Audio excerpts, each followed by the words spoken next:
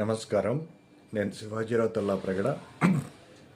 ఈ వీడియో కుంభరాశి వారు వివాహం చేసుకోవాలనుకున్నప్పుడు ముందు చూడాల్సిన ఉత్తమమైన రాశులు, తర్వాత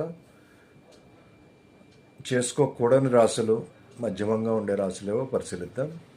కుంభరాశి వారికి 3వ స్థానమైన మేషరాశి, తర్వాత 11వ స్థానమైన ధనుసు రాశి, 7వ స్థానమైన సింహరాశి, ఈ మూడు ఉత్తమంగా ఉంటాయి.